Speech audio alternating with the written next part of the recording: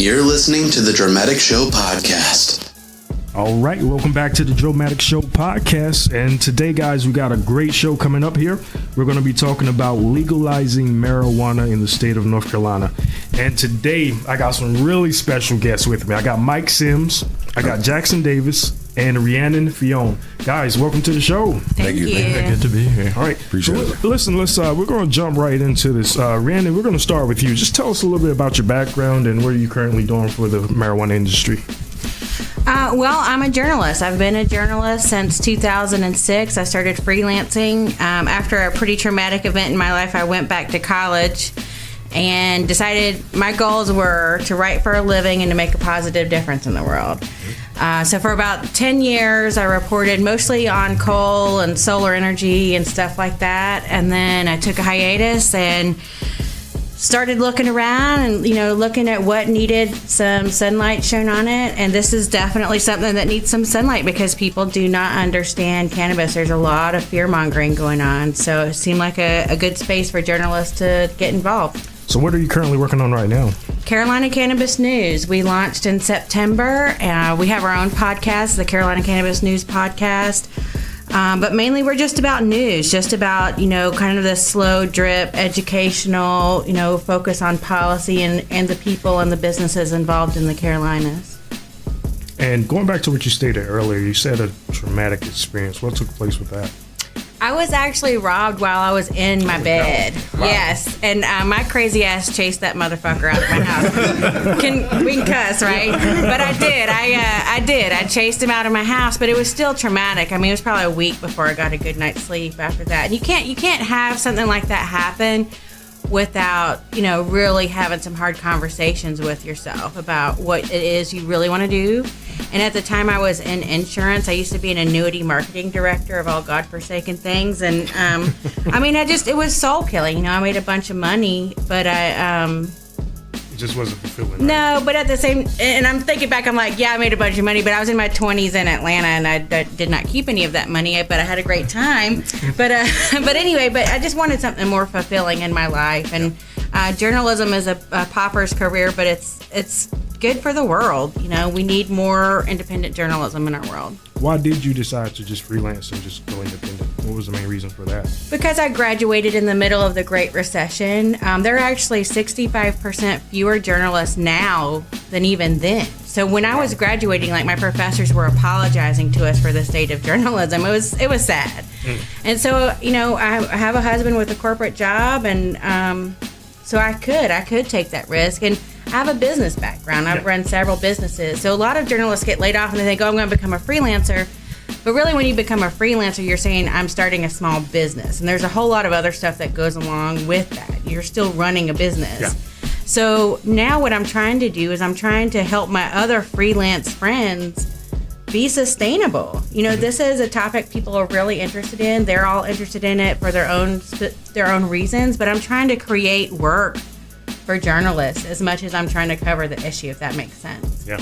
How long have you been covering, marijuana news in general? I've had a couple of articles on and off for the Alt Weekly in Charlotte, I've had a couple of articles for the Alt Weekly in Charlotte over time, and in fact started writing a column for them. So, the first one, who knows, it was probably many years ago, but really focused this past May. Okay, cool. Good stuff, Rhiannon. We'll come back to you a little bit here shortly, and we're really going to jump into it. My next guest is Mr. Jackson Davis. Jackson, tell us a little bit about yourself, man. So, we just started a business with me and my business partner, Tyler Mohl. I'm a consumer turned advocate turned someone that wanted to produce a business that reflected the values that I believe that marijuana community could embody in North Carolina. I was a culinary student out in Denver, Colorado for about 3 years. Oh, wow. It's a 2-year program. Yeah. So, I had fun over there. Colorado. It was nice. Where's Tyler at, man? I thought he was going to come in and speak with us a little bit also. Oh, he's out there. No, he's not going to come in. Is he shy? He's a little bit. He doesn't have to be shy. He's the knowledge center. Tyler, come on in here, man. Tyler! Let's drop a little bit of knowledge on us a little bit. Come on, have a seat. What's up? So yeah, me and Tyler, we were out in Colorado. We met as culinary students there in Johnson and Wales, Denver. And, we obviously as college students were taking full advantage of the recreational program and the medical program in Colorado. And through that, we just, every time we're going to a dispensary, we're saying, oh, look at this new stuff. Look at this new live resin, new distillate, and terpene infused distillate. Oh my goodness. So really, when we had this idea to come out here and create a CBD company in North Carolina, we wanted to make sure that all the cool and exciting parts of that industry and all of the benefits that come with it are embodied in the North Carolina system. Awesome. Tyler, what do you want to add? Specifically about the in Colorado, what we did out there. Yeah, so basically I was in the FSM part of the program, which is the other 2 years after the culinary program. And basically when we had the opportunity to come out here and start Carolina CBD, basically dropped out at the end of the year and moved out here and got started with life. Yeah, we fully sent it on that one. Yeah. Have you guys thought about going anywhere besides North Carolina, branching out somewhere else? So actually, as of recently, we are a nationwide brand, technically. Nice. Yeah, we're in all of the Cure vapor stores, all 16 of them. A couple in Connecticut, some in Arizona, mainly in the North Carolina area, though. Okay, cool. Mm-hmm. Good deal. And next we have Mr. Mike Sims. Mike, tell us a little bit about yourself, sir. How you doing? Mike Sims, 38 years old. I'm a Charlotte, North Carolina native here. Man, how did I get here? I've done a little bit of everything in my life. I like to tell people I didn't really choose this life chose me. I've done a little bit of everything. 9 years in corporate banking, had a towing business, a bail bonds business. Jack of all trades. Yeah, no matter what I did in life, it seemed to return me to cannabis. It was always present, but I was always fascinated with it.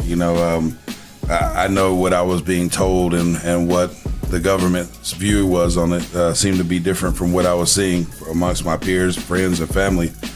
I know every time I had a shady deal to go pick up some bud in a back alleyway or in a gas station parking lot, I know there's a better way. And when I finally did make it out to states where legalization is taking place, it changed my whole life. And I was like, this is it. This is what it could be. And I know part of changing the whole stigma is giving the comfortable place to go buy these products, and make it a legitimate business. And once I saw it, man, I was hooked. And it's a rabbit hole I didn't think I'd ever be this deep in. The deeper I get, sometimes I think I've had enough or I'm burned out, man. But one more story, one more success story of someone off pills, somewhere, no longer in pain. I get to hear amazing things every day. But fast forward through all that, laid off from the banking industry, started a towing business, bail bonds business.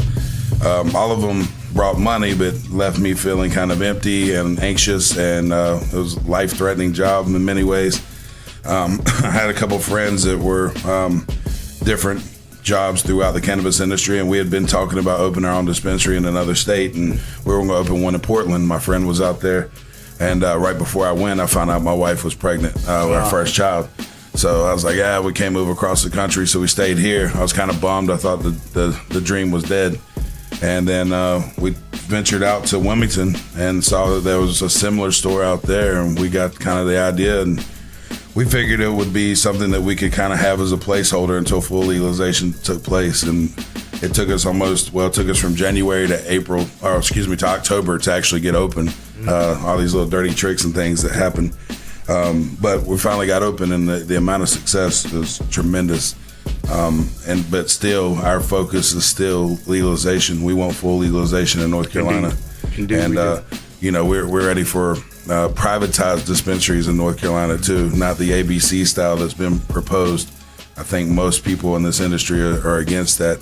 The monopoly doesn't belong to the state; it belongs to the people. Exactly. But yeah, that's how we ended up here. That's how I ended up in this business. I'm where I need to be. I feel whole and complete. I wake up every day smiling. I never felt like I work a day in my life anymore. This is a miracle plant, and it even opened my eyes, and I get to see the miracles every day. And I won't stop even after legalization happens until we figure out exactly what this plant can do. Exactly. And I think we're just now getting there. So. Now, Mike, you actually brought some products here. Just talk to us a little bit about the products you brought on here and what you got for sale at your particular store. Sure. Yeah, I brought a few things with me. There's a ton of products out there that, there's a ton. And look, this is just the beginning, folks. It's going to be everywhere. It's going to be in every store. It's going to be everywhere. And I'm cool. I love the retail part of it. I think the more is out there, the better. But ultimately, I tell people, just know what you're taking. Make sure you know what's in the products you're taking. But I brought a few things with me today. One thing I brought with me is the Kingdom Harvest sublingual oil. I thought that was appropriate. You guys coming from North Carolina, us as well. Yeah. That's a real, true North Carolina product, grown and processed here in North Carolina. And there's others we're working to get on in our store. We like to try to keep it local as possible. But that's grown up in Asheville, North Carolina, 100-year-old hayfield up there. All natural, organic grown. It's an ethanol extraction process, and all the ethanol is recollected, so it's earth friendly. It's a really whole and complete extraction, whole plant. All cannabinoids are present. So I brought one of those. It has simply a cannabis extract. It has a little peppermint oil, and it has some coconut oil. It's one of our best sellers. It's a great place for most people to get started for acute pain and anxiety and things like that. It is on the lower milligram side. A lot of people out there are kind of all about the milligrams, but it is a low milligram, but it's a whole and complete milligram.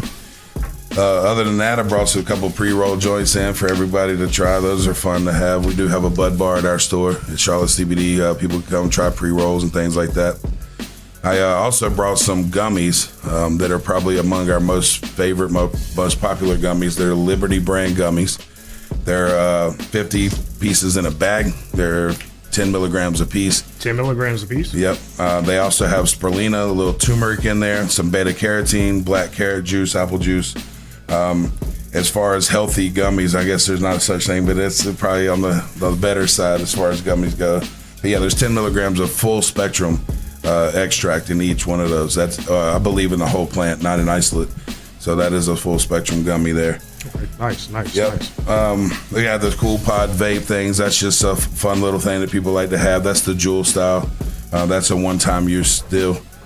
That's just a great one too. I also wanted to talk about a product I didn't get a chance to bring in today. It was the Sauna Relieve salve that we sell. It's probably our number one seller as far as topicals. I welcome anyone to try it. Come by the store and try it. Or I wish I'd have brought some in for you guys. I have to send you some. But tell us more about it. Yeah, it's full of all kind of essential oils. It's got a whole spectrum extract in it as well. But it's very deep penetrating. It has methylatum in it. It has some eucalyptus. It has a ton of essential oils in it, and it's pricey. Even for us, we don't make a ton of money on it, but it works well. Most people, we have a large tester sitting there on our cabinet as you walk in, and we tell people if you have anywhere that hurts, go ahead and apply some. There's a restroom right there. Try some if you like.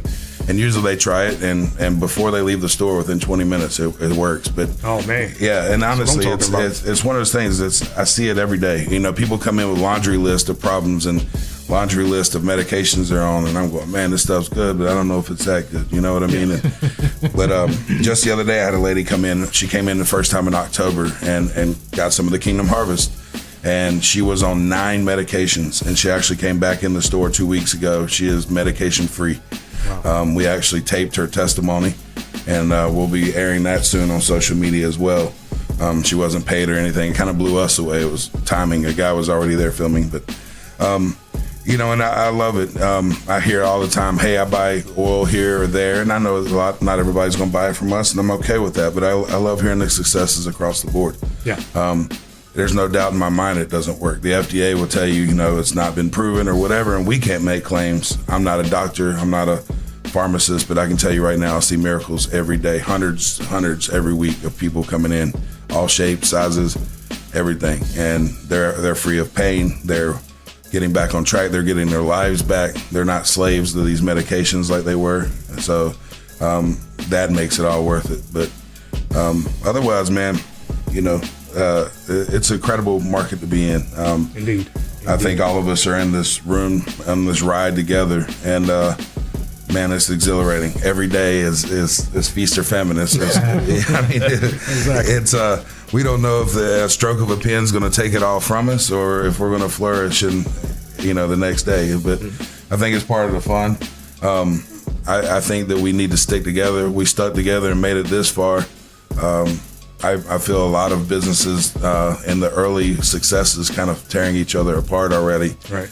And I'd like to, speak first and say I'd like to try to combat against that. I think there's plenty of space for all of us to exist. I know we talked over the conference call a few weeks ago. I was saying that, do you guys feel like it's saturated? And I know Rhiannon, she strongly felt like, no, it's not saturated. There's enough room for everybody, right?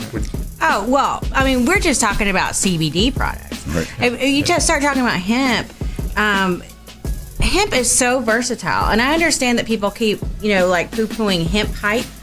I get that. I mean, I get it, because we're saying we can do 50, 60,000 different things with it.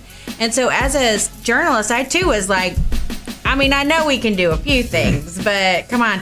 But really, I actually ran into hemp with my coal work because people were using it and still use it for environmental remediation. Right. You can use the hemp to remediate a field or a contaminated place and then reuse that same hemp that you harvest from it and put it into plastics or put it into paper or put it into rope or clothes or whatever. So there's all of that stuff that we haven't even really broken into yet because people are so focused on CBD right now. I think that's where, that's where a lot of the focus is right now. And that's cool. But, as more and more hemp farms come online and stuff like that, I think we're really going to start talking about using this plant to its fullest extent. Finally, after all of this time. Right. And Jackson, I think you said something about you actually had some type of medical issue or something like that. Talk to me a little bit about that. Right, so I was a medical patient out in Colorado for migraines, actually. Mm-hmm. And so one of the things that I found through this process is so many people having all these ailments and whatnot, and appreciating how much they have a safe place where they can go and get these medications and these natural medications just to use, and so they can have a normal daily life. So it was interesting to see. I mean, migraines is pretty serious, but yeah, I would say so. For some people, with other major ailments, this is life or death kind of thing, where you're moving your entire family out to a legal state just so you can live every day. Mm-hmm. Tyler, did you want to add something to that? Tyler's just so cool, so cool. Yeah. Now, I want to move into another part of this particular episode here, as I was asking you guys again why Congress may not want to legalize marijuana. And right now, I think marijuana is still considered a Schedule I drug. Is that correct? Oh, yeah, that's right. Yep. Yes. Can we talk about what bullshit that is? Yeah. Please. Mike and I talked about this on the podcast. He was on my show a few weeks ago, and we talked about this. But people need to understand why cannabis is illegal. So just kind of a quick run around the block, and y'all chime in if I get it wrong. But if we go back 100, 110, 120 years, it was about slapping back against the poor people and the Latinos and the quote-unquote jazz musicians, which is code for black men, right? And so if you look back at that period of time, the more affluent people were using hashish and opium. And it was a poor people's drug. I talked to an international advocate from Mexico, and she was saying, it grew easier down there, and people just smoked. It was just a thing that they grew and smoked. It was a weed, just like, whatever. And so even the word marijuana was completely made up to marginalize people who use it, as this is something that Latino people do.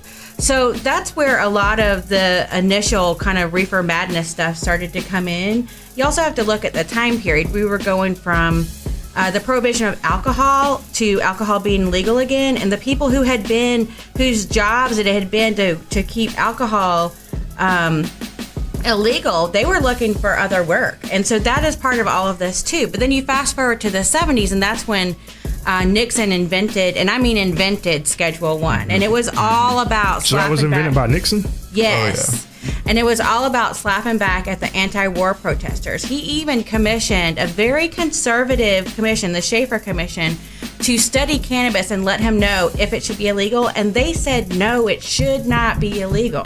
And so if you look at the history, he gets booted out. Carter are Democrats on the way in. And so a lot of advocates thought we're going to get our pot back and started really kind of celebrating the plant again and made it about being high. And that turned Congress off, basically. And so here we are. Jackson, you want to add something to that? Yeah, I mean, I couldn't say it any better than that. It's our government lying to us straight to our face.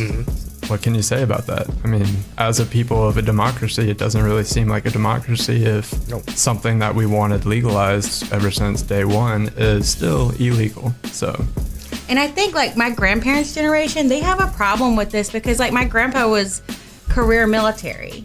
He has a really hard time with the idea that his government's been lying to him his whole entire life. You know what I mean? And so it's people who are his age who are in the General Assemblies and are in Congress for the most part. And so that's kind of the thing that that's the big fight right there, is to get the truth out about what really happened and the fact that cannabis is only illegal because of politics. The American Medical Association back in the 1930s was writing to Congress saying, please don't make this illegal. It helps people. We want to study it. You know what I mean? So, yeah, this is the whole reason this is illegal is politics. It's all about politics. It's all about holding people down. It's all about a reason to arrest people. I mean, it's bullshit. I would say so. Mike, what do you think about that, man? Yeah, I talk in length all the time about how this came about and how it continues to. And actually, while you guys were talking, I looked it up. It was Harry Anslinger that basically started the ultimate prohibition as we know today. And a lot of people don't know this, but talk about how much racism is tied into the whole thing. Here's actually a couple of quotes of his, and I quote, "There are 100,000 total marijuana smokers in the U.S. and most are Negroes, Hispanics, Filipinos, and entertainers. Their satanic music, jazz, and swing result from marijuana use. This marijuana causes white women to seek sexual relations with Negroes, entertainers, and others. This is true quotes.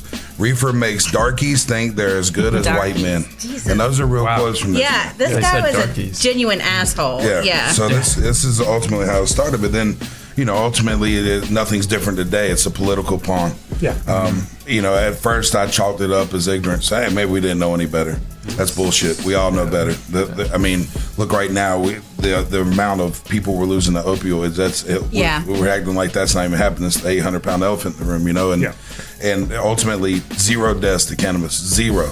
You know what I mean? The food we eat's more dangerous. I mean, McDonald's Big Mac probably killed more people this year than cannabis has. You know what I mean? So the thing is they do know about it. Our politicians do know about it. What's killing me is how 68% of us Americans now want this, and it's not happening. Why? Because we're not voting that way. We're not spending our money that way. You know what I mean? People are terrified to come out of the closet, so to speak. Yeah, and I mean, 68%. There's more people than obviously are coming out, but the numbers don't lie. Look at the states where legalization has happened. Man, I wish we could sell everything in our store, but even with our store only a CBD, a couple months now we've paid upwards almost $30,000 a month in sales tax. Holy cow! Where we got 600 square foot of store space there, retail space. We have hardly 0 parking. We're one little store in a space with no parking, and we're there because nobody would rent to us.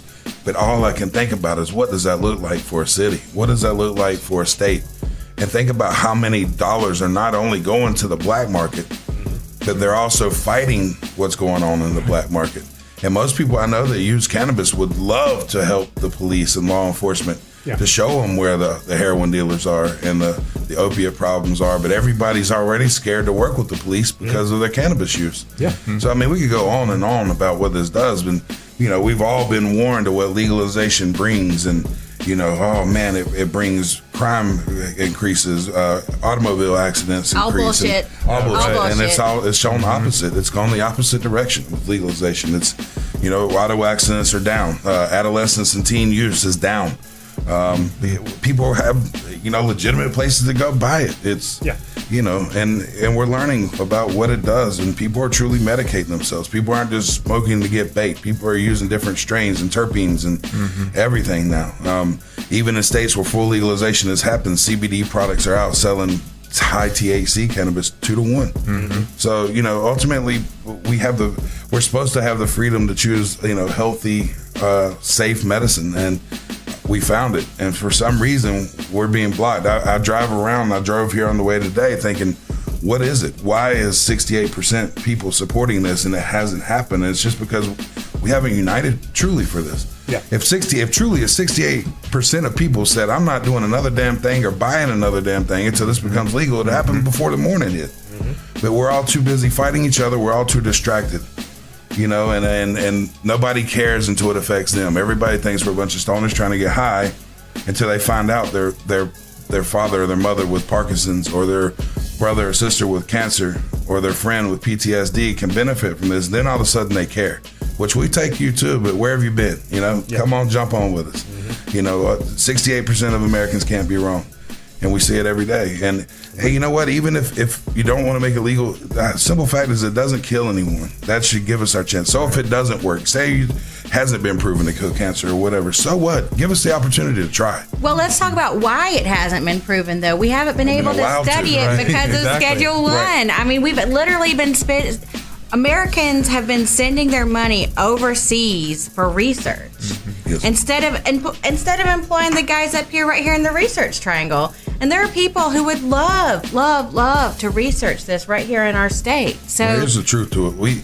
There's no doubt we love the research, but I think the government's known since the 70s what the research shows. And that's what they did. They tried to research to show how bad this is for us, and it went the opposite way. Yeah. It showed nothing but great things and great improvements. So I think the research has been there. They just don't allow most people to know this. But, you know, ultimately cancer's a multi-trillion-dollar year business. You know, treatments, medicines, all that. We all know it, but you shut that down, that's a big ripple effect. And there's a lot of people who've been paid a long time from those companies. And Mike, I'll ask you, Jackson, as well as Rhiannon, this. Is the medical portion of the marijuana, is that beneficial, and is that the only reason that they should legalize marijuana? I mean, does that hold enough weight for them to say, hey, you know what, because it does have medical benefits, we will legalize it? We'll just push aside everything else where they feel like teenagers will have more access to it, possibly more crime and things like that. What do you guys think about that? Honestly, I think they should be looking at the dangers of it, and it's absolutely zero. So why are we justifying something saying, okay, it needs to have a medical purpose? Well, look at alcohol. I don't get any kind of medical benefit from that other than passing out after I drink too much. Right. So why are we having this kind of discussion where we're saying, well, where's the medical benefits? We should be looking at, well, why not? And going back to, I guess, the adolescence part, have we busted the myth that marijuana is a gateway drug? Has that been pushed aside? No, I mean, right now oh my God, it's torture too. I'm doing this live book review, chapter by chapter of that book. Tell your children, what is it? Tell your children the truth about marijuana, mental illness, and violence. And no, the myth has not been busted. I think there's a lot of education that needs to go on. And people were like, I'm not paying that guy for his book. So I was like, fuck it, I'll read it for you. Yeah. Well, Tyler has a good perspective. Because you need to read it. You need to know what these people are saying so that you'll know what to say in response. Because I guarantee you, people down in South Carolina who are against this, they're reading the book. And they're going to use the book against you. We have medical marijuana bills right now filed in South Carolina, and the state police and some medical folks and the attorney general have recently come out. The attorney, this guy, he's the son of the Uli congressman. Y'all remember him? Yeah. Anyway, so he came out last week and said marijuana is the most dangerous drug, and of course you can imagine tons of backlash. And so then he rolled it back on Twitter or whatever. He was like, you took me out of context or whatever, but he didn't deny that he said that. You know what I mean? He basically like made fun of pot smokers and stuff. And you're talking about is recreational a good reason? Right. Well, listen, if you look at, okay, this is something that I was looking at here recently too. If you look at our Declaration of Independence, the pursuit of life, liberty, and happiness, and then you look at North Carolina supposedly first in freedom, we're not asking for the world here. We're asking for access to a plant. Right. We're asking for access to a plant that we had access to for literally tens of thousands of years. and until about 100 or so years ago. So for me, back to your question about is this a gateway drug? I think in a way, yes, and I'll explain myself. I think it's a gateway behavior. I think it's a learning of this is bad and we have to sneak it. And I think that behavior is a gateway to a lot of things. A lot of people have that fear, that negative feeling of I'm doing something wrong when they, and they're doing it and it makes them feel good and they're not harming. But I think it's that gateway of starting the lying process and being kind of recluse and alone and a lot of ways. But at the same time, being a gateway drug, I see it as an exit drug. They've shown that people use high doses of THC to get off opioids and things out west. It helps people get off drugs. It helps people with the side effects of coming off of the opiates and things, with the pain and the nausea and sickness that comes with it. This is shown to help people. So I can see it both ways. But, ultimately, I don't know about you guys, but the first time I did anything sneaky or wrong was I snuck a cigarette and then I snuck a beer. So those are my gateway drugs. Yeah, I was just about to ask you. When how old were you when you first smoked your first blunt? My first experience. A blunt? You went straight for a blunt? Yeah, that's great. Blunts didn't become popular in my life till about mid-90s with the Optimo run. But, and I'll honestly love you, Mom. Sorry to throw you on the bus, but my mom was pro-cannabis my whole life. And sixth grade, DARE education. We graduated DARE, sixth grade. And I remember they actually lit cannabis in the room to let everybody smell what it smells like. And I remember thinking, damn it, Mom. I figured it out. But my mom was always cool with me and tell me what's up. But I was like, okay, then it really intrigued me about the roaches laying in the ashtray. So sixth grade, the roaches in the ashtray, I started hitting the joints. And, immediately I was thinking, damn, this is nice. And, that's when my whole thing started. But before that, I tried a cigarette too and drinking. So, but I remember being angry in all those classes and growing up feeling like almost like I needed to come out of the closet or something. Like a part of me was so wrong. And, as it became more popular with the music I was listening to, with the rap and the things in the 90s, it became more acceptable. But and it's just like now. I mean, parts of the country it's not even thought of twice. It's just a part of life. And parts of the country still, the smallest amounts can get you jailed for a long time and with severe consequences. And some parts of this world can still get you killed. So, it's almost, especially in our lives, I'm sure, it's almost like a surreal reality. Where you live kind of so far in the gray area, you feel out of touch with everything. It's just, but you see both sides from there, and none of it makes sense really. It's like I see no harm in this. I see nothing but help. Why isn't it legal?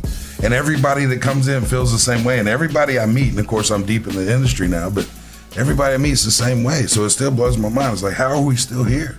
Does the government feel like they won't be able to control it if it's legalized? Do you feel like they won't have their full control over it? No, and they don't now. They just don't want to admit it. It's right. slow down. Here it's about legislating morality. They'll never stop it.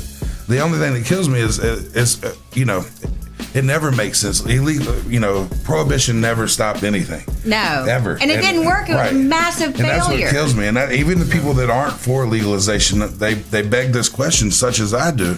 Let's take it back to our scheduling. With the FDA and the government, this whole process was put into place to trust them and to really, let the public know what the challenges are there and the dangers.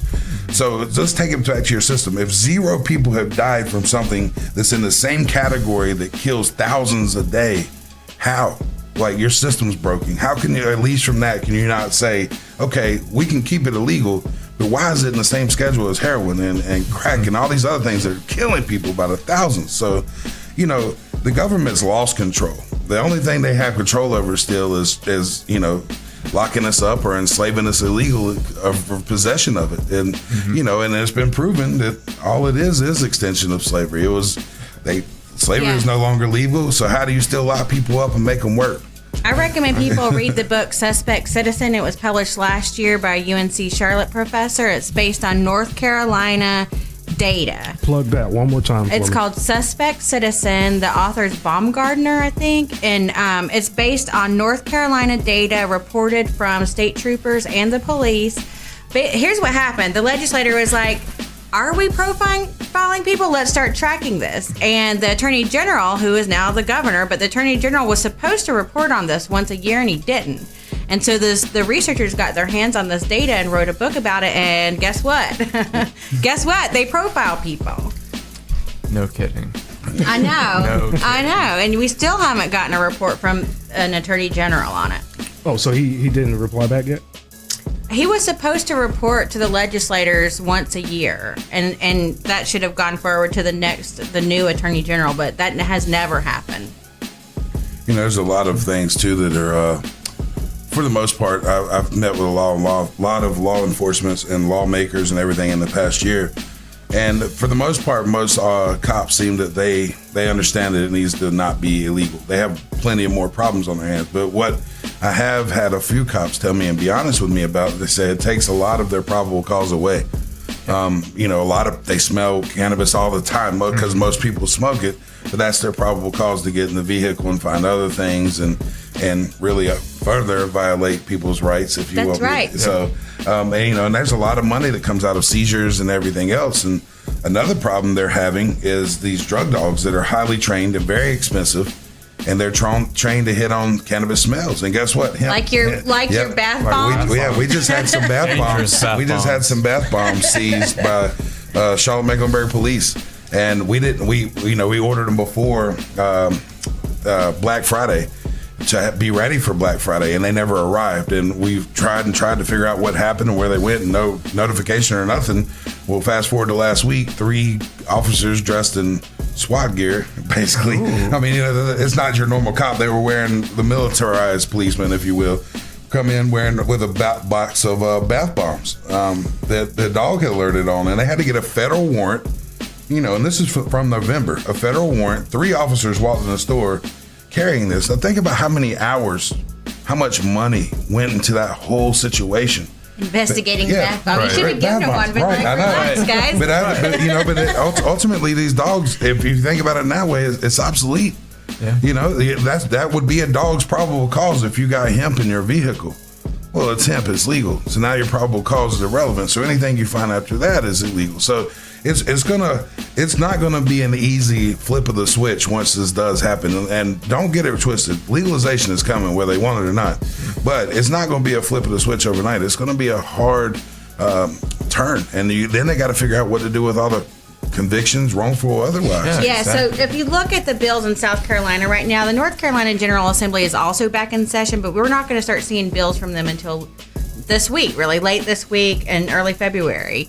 But we've got decriminalization bills, expungement bills, and also medical cannabis bills coming up. And I think the one that you hit on before was the local option, which would make cannabis medical cannabis available through the states. Through our state, through the ABC system. It would allow each county to decide if they wanted to have it in their county. So now this is from Representative Kelly Alexander, and I mean, if you look at his history, he's kind of tried like every kind of way to kind of get into this door, and I kind of feel like this is another. You know, he's just trying, like, will this one work? And he's saying that Republicans are finally starting to talk to him. But this is what you need to understand in North Carolina. We're not going to have this on our ballot. California got to vote. Other states got to vote. We are not going to have this on our ballot. In order to get it on our ballot, it would have to be a constitutional amendment. And there are not votes right now for that. And part of that is because the Republicans in this state will not even talk about it. They will not talk about, we've asked ourselves. Yep. We've been told by multiple people in state politics that before the last primary, Republicans were told if you even mention the words, we will run a more conservative candidate against you. Wow. And that is because the religious right in this state has them by the nuts. Yep. And that is what is up. And they, you know, and I mean, I'm a civic journalist. I'm always going to tell you to go out there and vote. I'm always going to tell you to go out there and contact your representatives. I'm not going to tell you who to vote for, but I will tell you who's been voting on cannabis and stuff like that over time. And all you have to do is look at their record to see, like, we cannot. Kelly's bills don't get out of committee. No. We have never had a debate on cannabis in the North Carolina General Assembly. Not once have we had a debate in either the Senate or the House. And to all of our North Carolina listeners, what can we do to help this process, Rhiannon? Be loud. Yeah. Be loud. Come out of the closet. Don't come out of the closet. Write your local representative. It can start as local as you want it to be. I mean, it start with the police chief if you want. Start with the medical people, or start anywhere you can, but keep the conversation going. Start the conversation. And ultimately, I'm seeing people's breaking down of this. I'm seeing people at least peak at interest. Okay. Talk more. Let's hear it. Where this conversation couldn't even take place, I think, 5 or 6 years ago. And I would say the more professional you are, the more important it is for you to come out of the closet. If you're a doctor, lawyer, accountant, smoking pot, tell people. Right. I mean, really, just admit it that you're doing it, because we already know that you are. Right. You know what I mean? Just admit it, because I think the people in the General Assembly need to see that smart, engaged, good citizens smoke pot just as much as everybody else does. Absolutely. And so how do we get the uneducated to be more educated? What do we do about that? Keep it up. Keep reading. Keep talking. Keep posting. Keep the conversation alive. Get involved. There's chapters out there, normal and other things. If not, if there isn't one, start one. If you can't find one, reach out to me. I can be found, Mike@cltcbd.com. That's my email. Hit me up. Let me know how I can help you. And I don't have answers for that. I try all the time. Every time I get on one of these shows, I invite anyone, congressmen, mayors, governors, if you're listening. If you have anyone out there listening that has contacts to these people, get them in front of us. Let's have this conversation. It could be off the record. It could be, cameras. It could be unrecorded. But let's have this conversation. It needs to happen. And I've invited everyone possible. Come to my store. Come to one of these other stores. Let the people tell you. But, it's falling on deaf ears because the people are starting to speak. But if your voice becomes loud enough, you do get heard. I kind of a comparison. My wife is vegan or vegetarian. And I remember when her and I started dating, she kind of opened my eyes to it and how little options there were out there. And ultimately, I think people started voting with their wallets. And now if you look, there's vegan and vegetarian options everywhere. And I tie that in together, but it's the same thing. I'm watching people walk in our stores buying CBD products and talking about cannabis and hemp all together that, probably even a year ago, they wouldn't even be seen there. Mm-hmm. And some people still kind of feel that way. But, it's like anything else in the world, man. Racism, fascism, anything else, this whole Me Too movement, look how much power that has. And ultimately, stop letting fear run your life. Don't be fearful of anything. I'm saying if you got a high paying job out there and it's illegal for you to have cannabis in your system, I get how you don't want to come out and talk about it. But there's avenues. There's places you can, anonymously have your word be heard. And you don't have to say, hey, I smoke weed, listen to me. You got to say, from my perspective. And the more powerful you are, the more intelligent you are, like you touched on, that the more we need to have that conversation. And, I like both sides. I like the people that are stoned all the time and they're your typical type stoner people. I love them. I can be him. I know not to over-medicate. But at the same time, when I'm in a public setting, I try not to be that. I try to articulate my words. I try to, go over and beyond even who I am to try to show people, take the stigma away. I'm not hiding in the shadows anymore. And whatever costs, I had that conversation with my wife, wherever this takes me, whatever it costs, it's worth it. If this lands me in jail for whatever reason, back when the area was more gray and hemp was legalized, I had that conversation where we started. I said, I might end up in jail. She said, that's okay.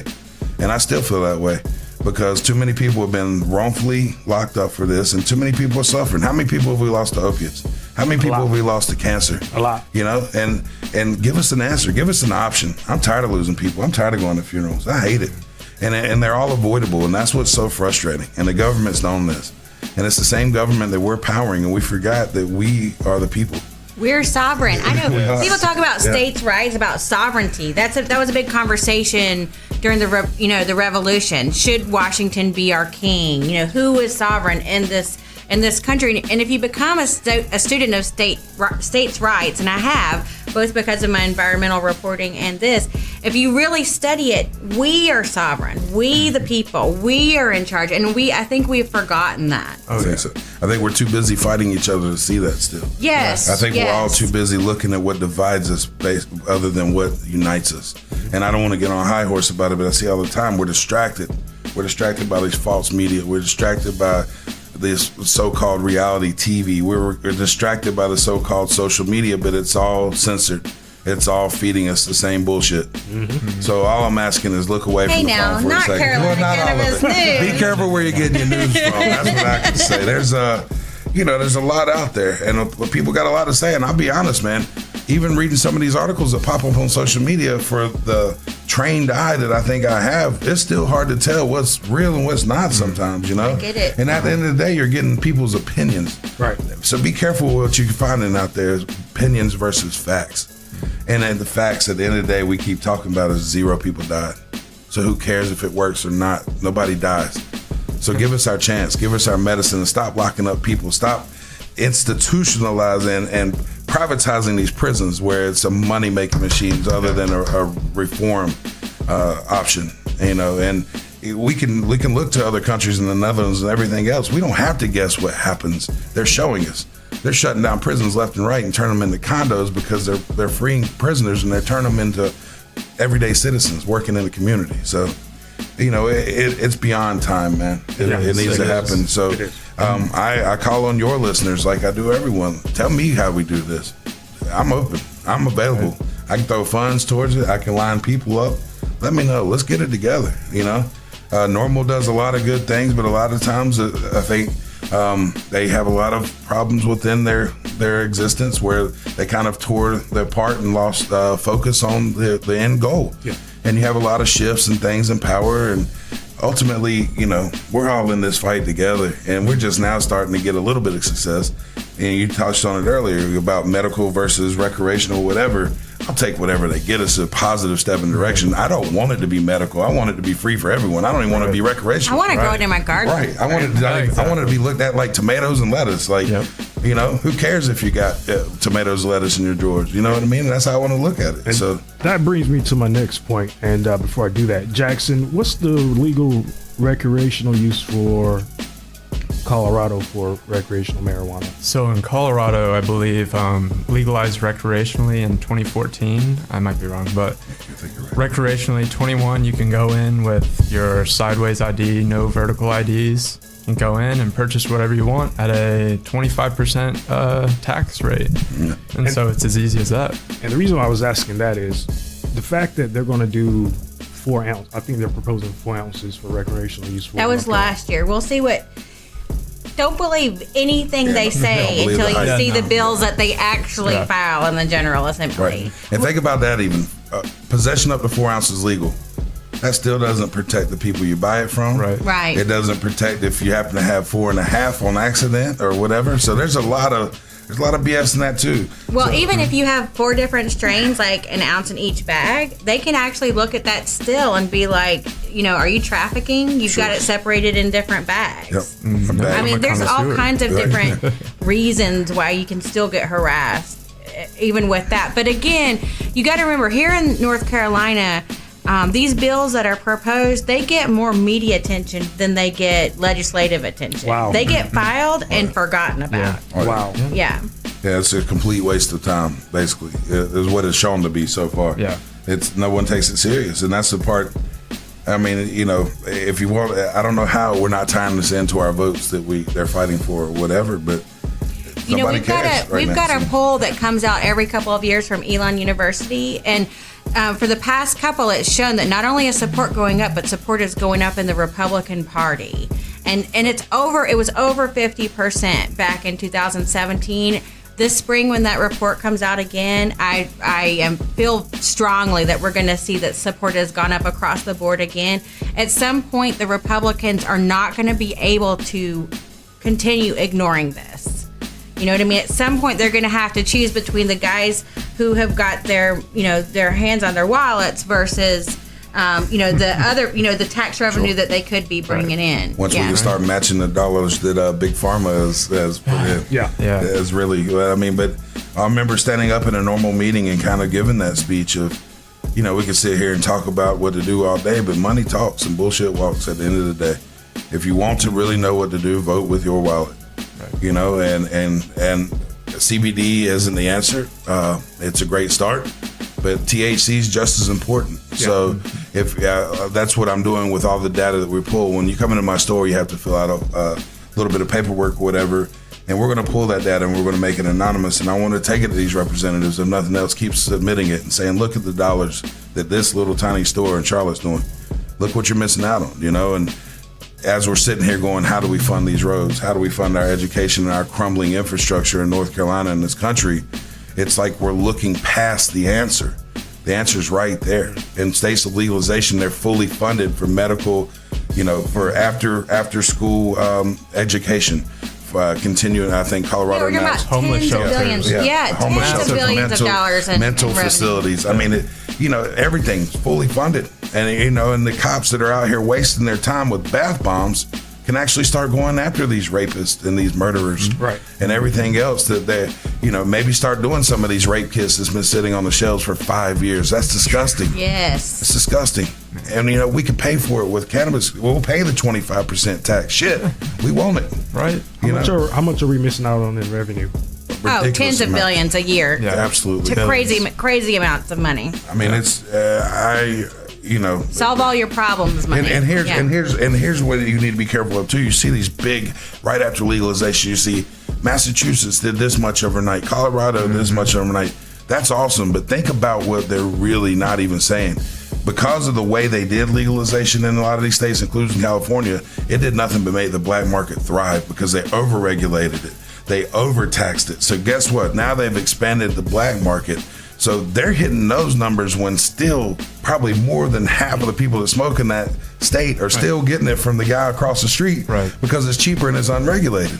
So think about if they really legalize this plant and do it the right way, then you accomplish everyone. Yeah. Take away sales tax and all that other thing, make it a sales tax, flat tax. We fixed the problem in this country, but they don't want it fixed. You got to have violence. You got to have poor people. You got to have inequality to keep their system going. So it's way bigger than what we even want to talk about, but I think there's space there where we can make this happen. We just have to come together.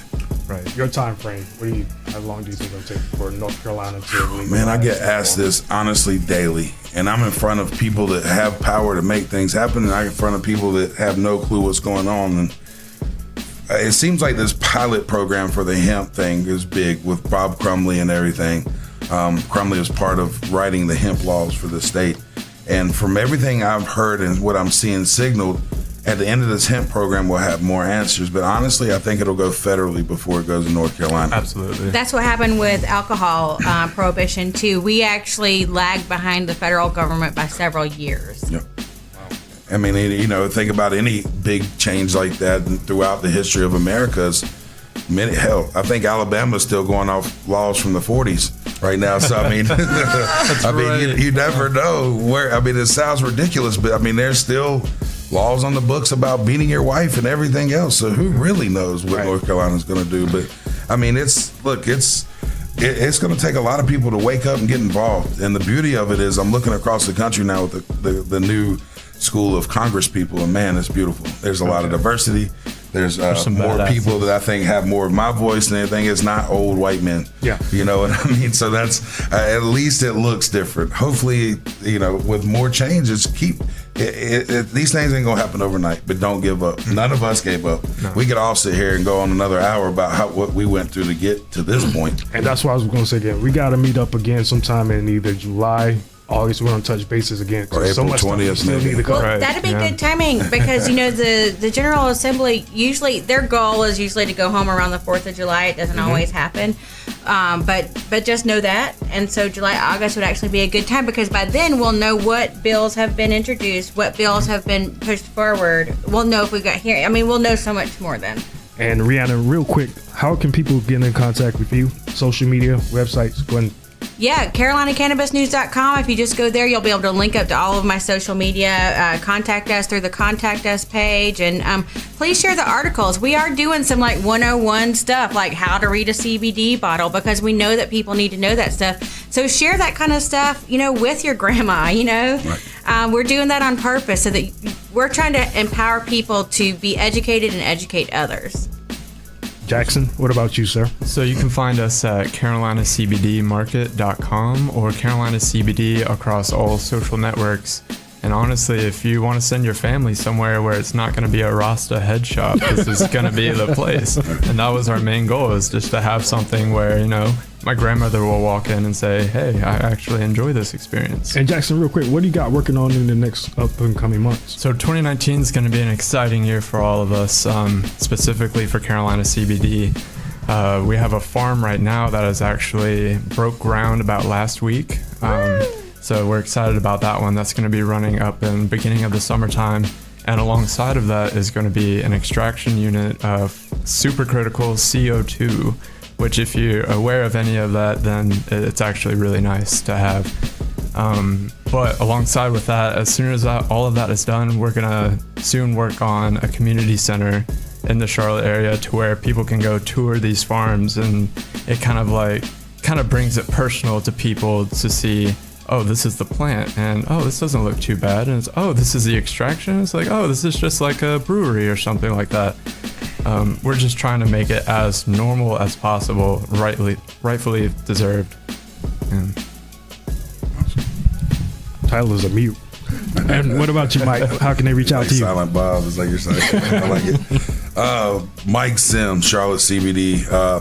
I can be found, my email, mike@cltcbd.com. You can find our website, www.cltcbd.com. That is Charlotte CBD. We're online. We're also located at 2419 Central Avenue in Charlotte, North Carolina. We're about to open 2 more locations, a Mooresville location as well as a university location. We can be found there. You call me, whatever you want. I give out my personal cell, 704-605-4878. Crazy. You're crazy right now. I'm that crazy. I mean, if you got questions, if you got a problem with the custom, whatever, yeah, call me. You know, I'm all about it, man. I love to hear positive experiences and negative experiences in my store. That's the only way we grow. That's right. We need to know both. And again, my wife is very understanding, but she doesn't get much of my time these days because I've truly dedicated it all to cannabis, and I'm all about it. If you got questions, I can help. I'm here. But ultimately, we got a lot of cool things coming down the pipe. We got some cool events coming up for legalization. We got some events coming up for our own benefit. We're coming out with our own line of cooking oil. Oh, nice. We're going to be launching that at a restaurant in Charlotte that we'll be announcing.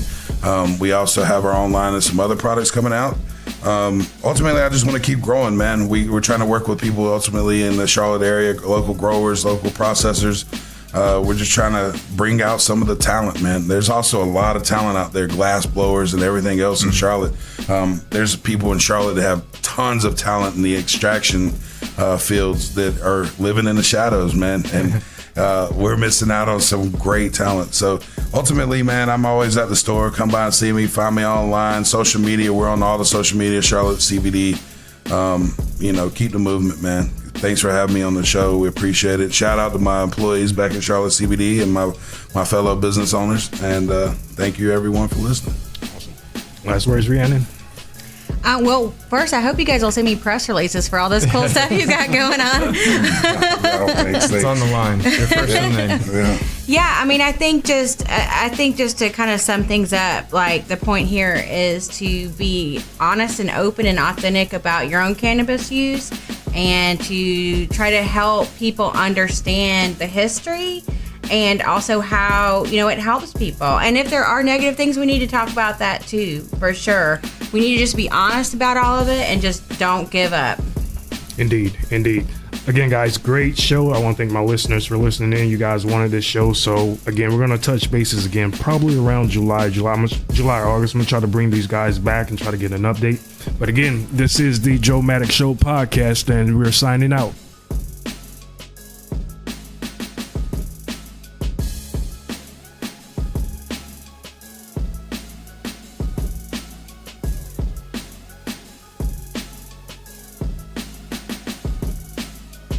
You've just listened to the Dromedic Show podcast with your host, Dromedic.